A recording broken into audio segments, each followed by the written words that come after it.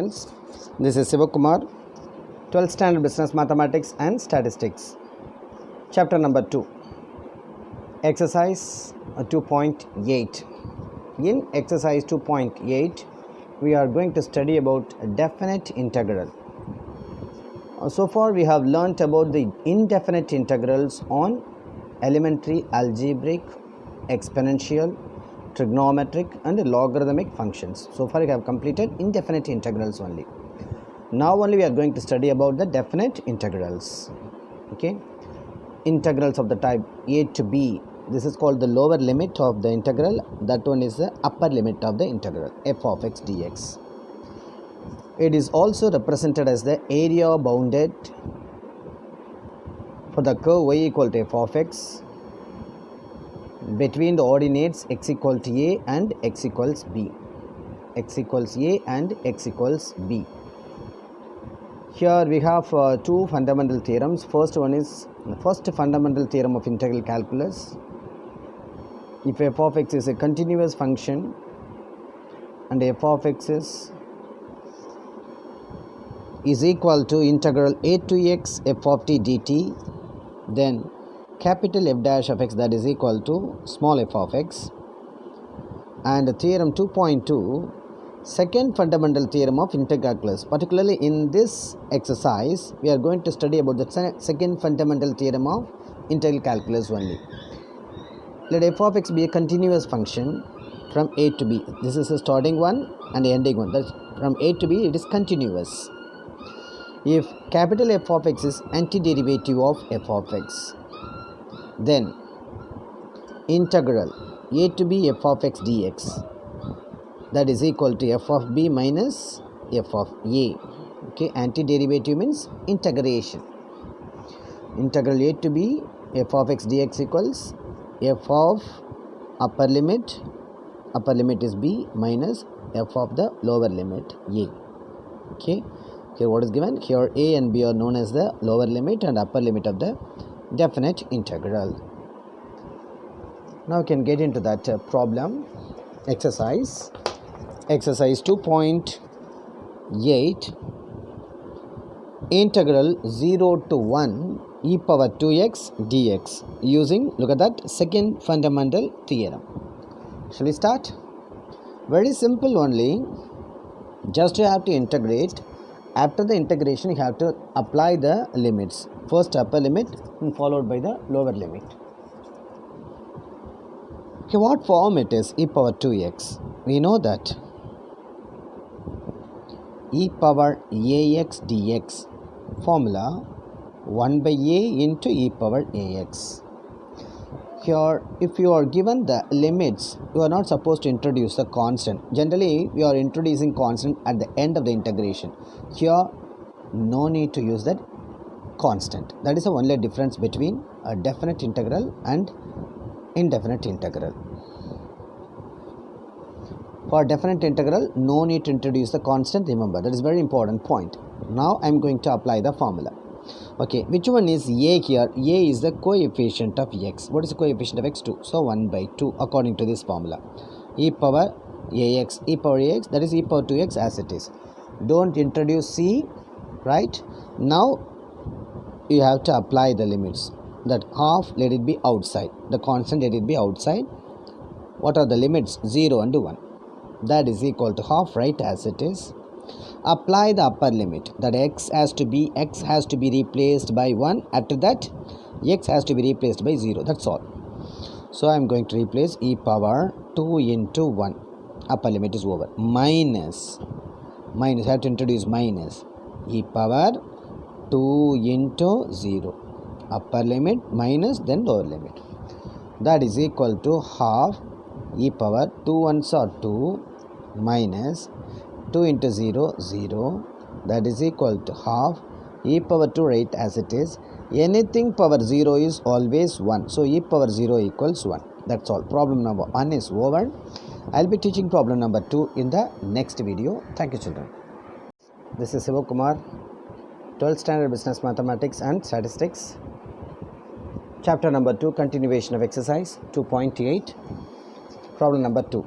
Integral 0 to 1 by 4 root of 1 minus 4x into dx. How to integrate?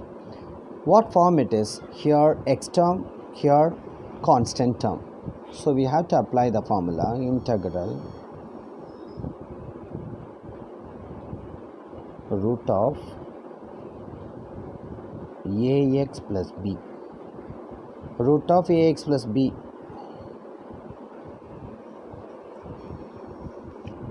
that is, sorry, not root of ax plus b, ax plus b power n dx. That is equal to, the coefficient of x is a, isn't it? Right, 1 by a, ax plus b whole power n plus 1 divided by n plus 1. Now, it can be written as 1 minus 4x. Instead of square root, you can write half. Now compare these two. X coefficient is minus 4, here x coefficient is a. So a has to be replaced by minus 4. Here n in the power, here n, that is half. N, that is equal to half. Substitute in that formula. Equals 1 by a, that is equal to minus 4. Ax plus b, this is ax plus b. So write 1 minus 4x as it is. Ax plus b, ax plus b. Same 1 minus 4x. N plus 1, what is n? Half plus 1 divided by half plus 1. Integration is over. Then you have to apply the limits. So 1 by minus 4, that is equal to minus 1 by 4. 1 minus 4x as it is. Half plus 1 equals, half plus 1 you can simplify, if you know you can directly write, that is equal to 3 by 2.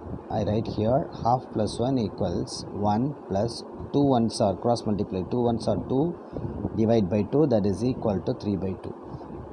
What will be here? 3 by 2, here also 3 by 2, limits 0 to 1 by 4 equals minus 1 by 4, division becomes multiplication, 3 by 2 reciprocal is 2 by 3 into 1 minus 4x power 3 by 2, limits 0 to 1 by 4. 2 table, 2 times, so minus 1 by 6. Now we can apply the limits.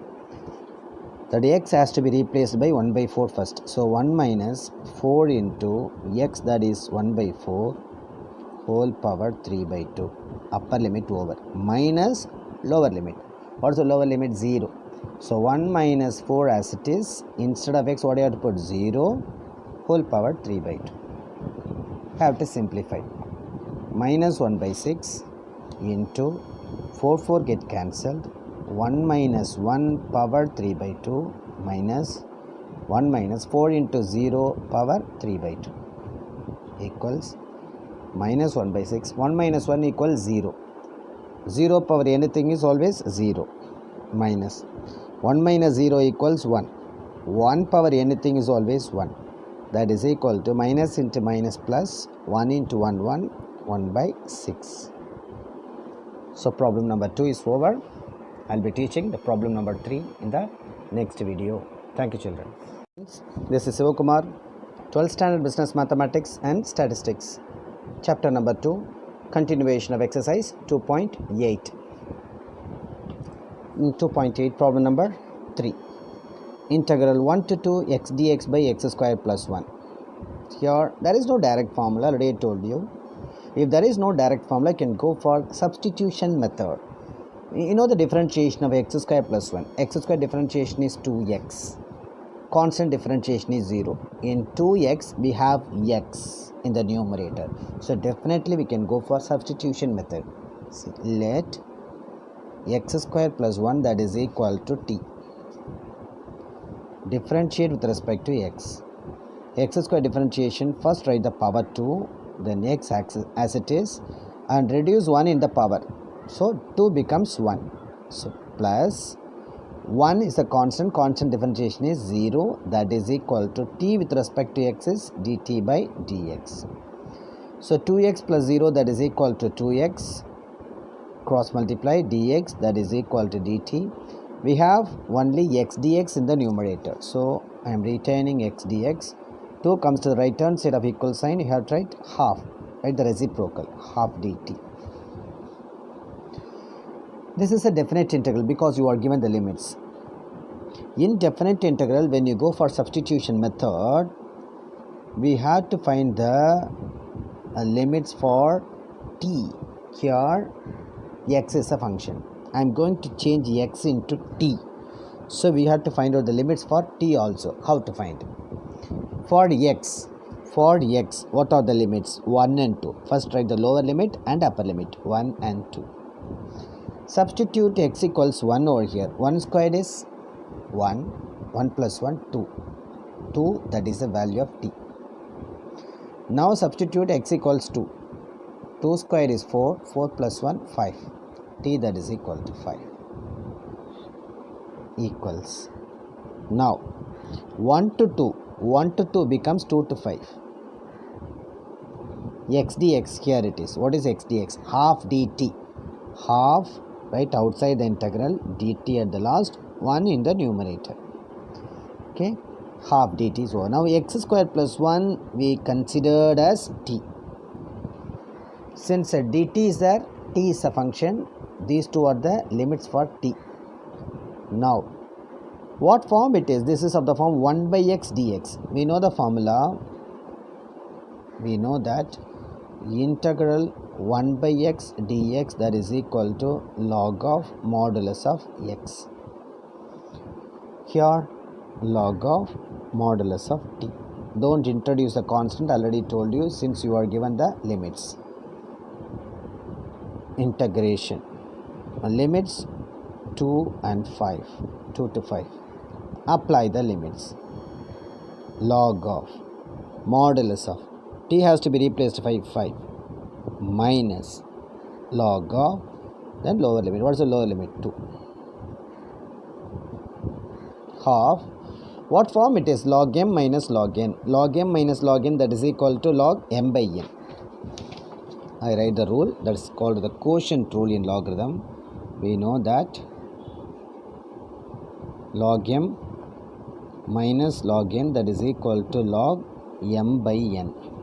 So write half first. Log modulus of 5 divided by modulus of 2. See, this is m, this one is n. So m by n. So mod 5 divided by mod 2. That is equal to half log, can put the whole modulus. Mod 5 by mod 2 can be written as modulus of 5 by 2. At the end, log. We know the value of modulus of plus 5. Modulus of plus 5 by 2, that is equal to 5 by 2. Okay, over. It is an absolute value. Modulus of positive is positive. Modulus of negative also positive. So modulus of 5 by 2 equals 5 by 2 only. So problem number 3 is over. I'll be teaching problem number 4 in the next video. Thank you, children.